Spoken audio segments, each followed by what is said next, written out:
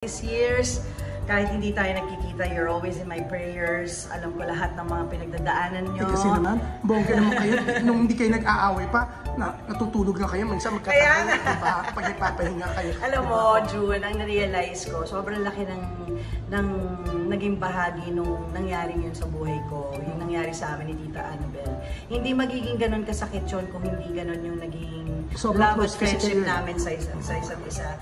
Alam mo, may mga bagay na pinapayagan ng Lord na mangyari sa buhay natin para matuto tayo. Hindi lang para matuto, pero para maging instrumento sa para maging lesson sa ibang tao, di ba? Yun lang naman hindi naman pwedeng may mga puro ganda at makulay lang ang nangyayari sa buhay natin, di ba? Hindi tayo matututo sa life nun. So, with everything that happened to me and Tita Annabel, I'm just happy to where we are right now.